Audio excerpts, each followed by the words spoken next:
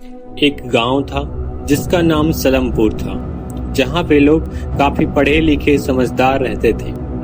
उन्हीं लोगों में से एक भुवन नाम का व्यक्ति था जिसकी एक बेटी थी जिसका नाम जीनी था। भुवन काफी गरीब था। गांव के बाकी लोग काफी पैसे वाले थे। गरीब होने के बावजूद भी वो अपने बेटी को उसी स्कूल में पढ़ाता था जिसमें वो गांव के अमीर आदमी अपने बच्चों को पढ़ाते थे। जीनी को पढ़ाई लिखाई करना बहुत पसंद था और वो डेली स्कूल जाती थी, लेकिन क्लास में बच्चे उसे बहुत परेशान करते थे। क्योंकि वो गरीब थी तो बच्चे उसका खूब मजाक उड़ाते थे, जिससे जीनी को काफी दुख होता था। लेकिन वो पिता से कभी नहीं कहती थी कि उनको काफी दुख होगा, इसीलिए वो अपने अंदर ही बातों को छुपाए रखती थी।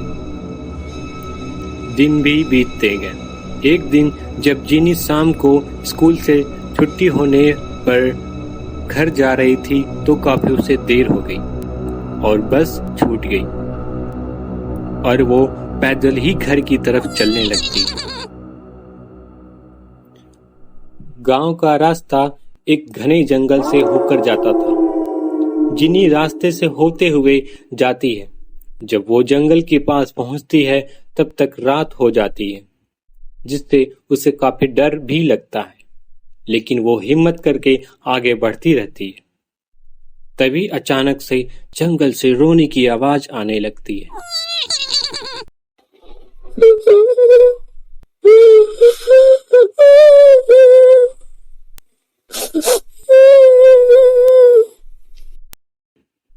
जीनी डर जाती है, लेकिन हिम्मत करके वो आवाज की तरफ चलने लगती।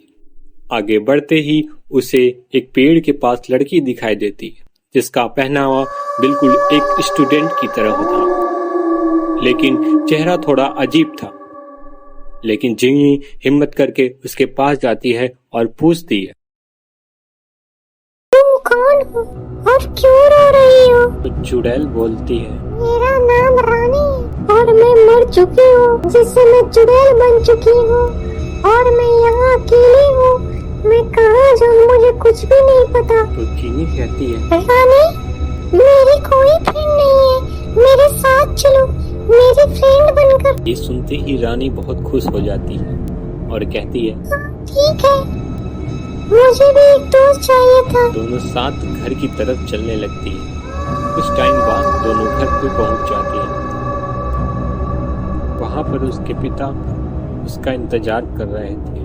जीनी को देखकर बहुत खुश हुए, जबकि जीनी के पिता रानी को नहीं देख सकते थे क्योंकि वो केवल जीनी को ही दिखती थी। अगले दिन अब स्कूल जाना था तो जीनी ने रानी से कहा, रानी, तुम भी मेरे साथ मेरे स्कूल चलो। तो रानी कहती है, हाँ जीनी, मेरा भी मन था, अब हम साथ में ही चलेंगे। दोनों स्कूल को जाने लगते हैं। कुछ टाइम बाद वो स्कूल पहुंच जाते हैं।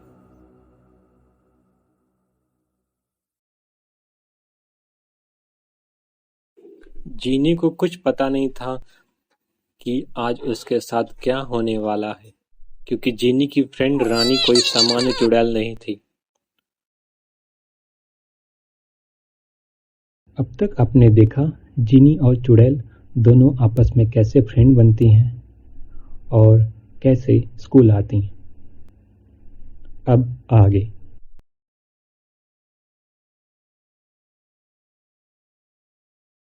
जब जीनी क्लास में पहुंचती है, क्लास में सारे लड़के उसे देखकर हंसने लगते हैं।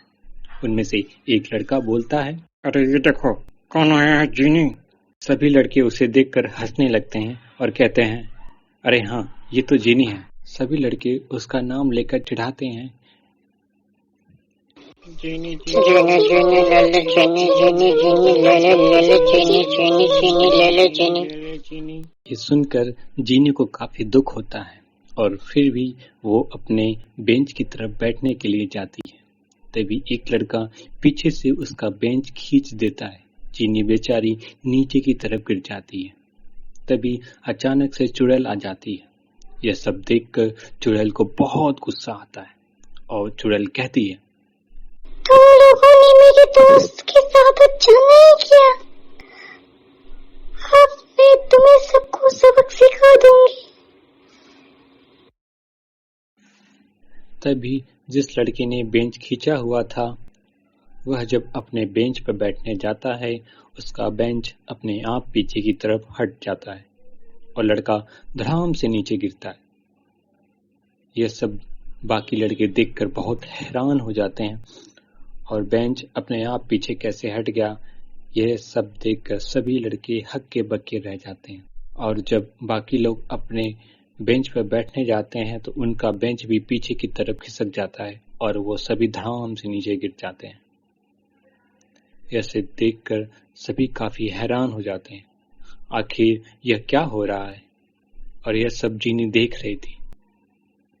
जीनी जान जाती है कि यह सब रानी कर रही है और वो रानी से कहती है, रानी अब रहने दो, जाने दो। जीनी को रानी से बात करते हुए जब सभी लड़के देखते हैं तो कहते हैं, तुम कहीं पागल तो नहीं न हो गई हो? किससे बात कर रही हो? कौन है वहाँ? हवा में बात कर रही हो क्या? यह देखकर रानी हंसने लगती है। उनमें से फिर एक लड़का बोलता है, लगता है जीनी का काम है, यही कोई जादू तो न करके आई है, ये सब यही कर रही है। तभी क्लास में टीचर आ जाती हैं और सभी लड़के टीचर से कहते हैं, टीचर देखो जीनी कोई जादू टोना करके आई है, हमारा बेंच खिसक रहा है। तभी टीचर कहती है, तुम लोग चुप रहो, बकवास मत करो। मैं तुम लोगों को बहुत अच्छे तरीके से जानती हूँ। तुम लोग केवल शरारत करके मुझे परेशान करना चाहते हो। अब तुम लोग ऐसा कुछ करोगे तो मैं तुम्हें प्रिंसिपल के पास लेकर जाऊंगी और बहुत पिटाई तुम लोगों की होगी। इसलिए मेरा कहना है तुम लोग जहाँ हो वहीं शांति से बैठ जाओ। सभी लड़के चुप हो जाते हैं। पढ़ाई खत्म होने के बाद उनमें से एक लड़का बोलता है, जीनी ने हमारे साथ अच्छा नहीं किया, अब हम जीनी को सबक सिखाएंगे। हाँ चलो हम जीनी को सबक जरूर सिखाएंगे। हाँ चलो। इसके बाद छुट्टी हो जाती है और छुट्टी के बाद जब जीनी क्लास से बाहर जाती है घर जाने के लिए तो स्कूल के बाहर सभी लड़के उसका इंतजार कर रहे थे। जीनी सबसे लास्ट में जाती है। सभी लड़के जब देखते हैं जीनी वापस आ रही है तो फिर से ये कहकर चिल्लाने लगते हैं, जीनी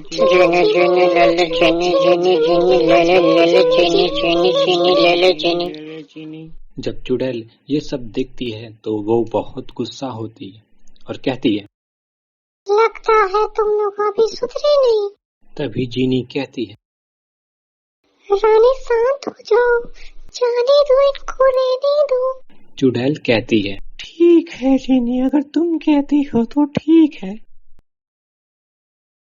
तभी जीनी आगे की तरफ बढ़ती है। तभी उनमें से एक लड़का जीनी को पीछे से धक्का मारता है और जीनी नीचे जाके कीचड़ में गिर जाती है।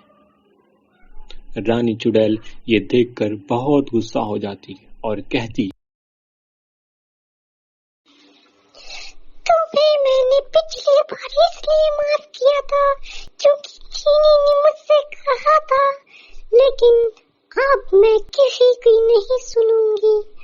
अब देखो तुम्हारे साथ क्या होता है। तुम्हें सबक सिखाना बहुत जरूरी है। तभी चुड़ैल अपने जादू से सारे लड़कों को हवा में उड़ा देती है। सभी हवा में उड़ने लगते हैं।